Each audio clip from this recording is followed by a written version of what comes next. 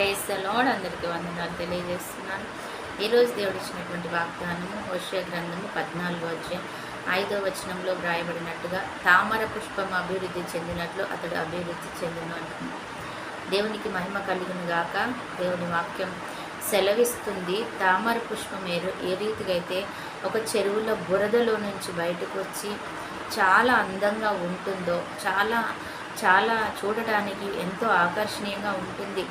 మరి ఇతడు కూడా, మనిషి కూడా అలాగ పెరుగుతాడు. ఎందుకంటే లోకం అనే బురద, లోకం అనే పాపములో, ఈ లోకపు వ్యామోహములో, లేకపోతే ఈ లోకం యొక్క ప్రతి బంధకాలలో నుంచి అతడు పెరుగుతున్నప్పటికీ కూడా, అటువంటి పరిస్థితిలో ఉన్నప్పటికీ కూడా ఒక తామర పుష్పం ఏ బురద ఏ మురికి అంటించుకోకుండా అది ఎంతో చక్కగా దాని రంగుని, అది తెల్లగంటే తెల్లది, లేకపోతే ఏ రంగులో అది అప్పుడు ఉందో ఆ రంగును మాత్రమే అది బయటకు తీసుకొస్తుంది. ఈ రోజుల్లో దేవుని బిడ్డలు కూడా అలా ఉండాలి అని దేవుడు చెప్తున్నాడు.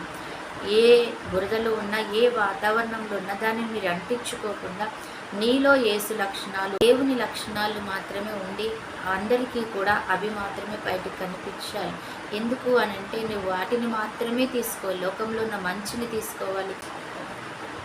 ఎటువంటి మనుషుల మధ్యలో ఉన్నప్పటికీ కూడా వాడి చెరుని మీరు ఏమాత్రమో దాన్ని మీరు మీ హృదయంలోకి తీసుకోకూడదు అని దేవుని వాక్యం సెలవిస్తుంది అన్నమాట. నిజమే, యోసేపు అన్య దేశంలో ఉన్నాడు, పాపుల మధ్యలో ఉన్నాడు, మరి వ్యతిరేకుల మధ్యలో ఉన్నాడు. కానీ ఏ రోజు కూడా ఆయన దానిని అంటించుకోలేదు. జైల్లో ఉన్నటువంటి పాపుల మధ్యలో ఉన్నాడు, కానీ ఏ రోజు కూడా వాళ్ళ లక్షణాల్లోకి మారిపోలేదు. ఆయన ప్రత్యేకంగానే ఉన్నాడు.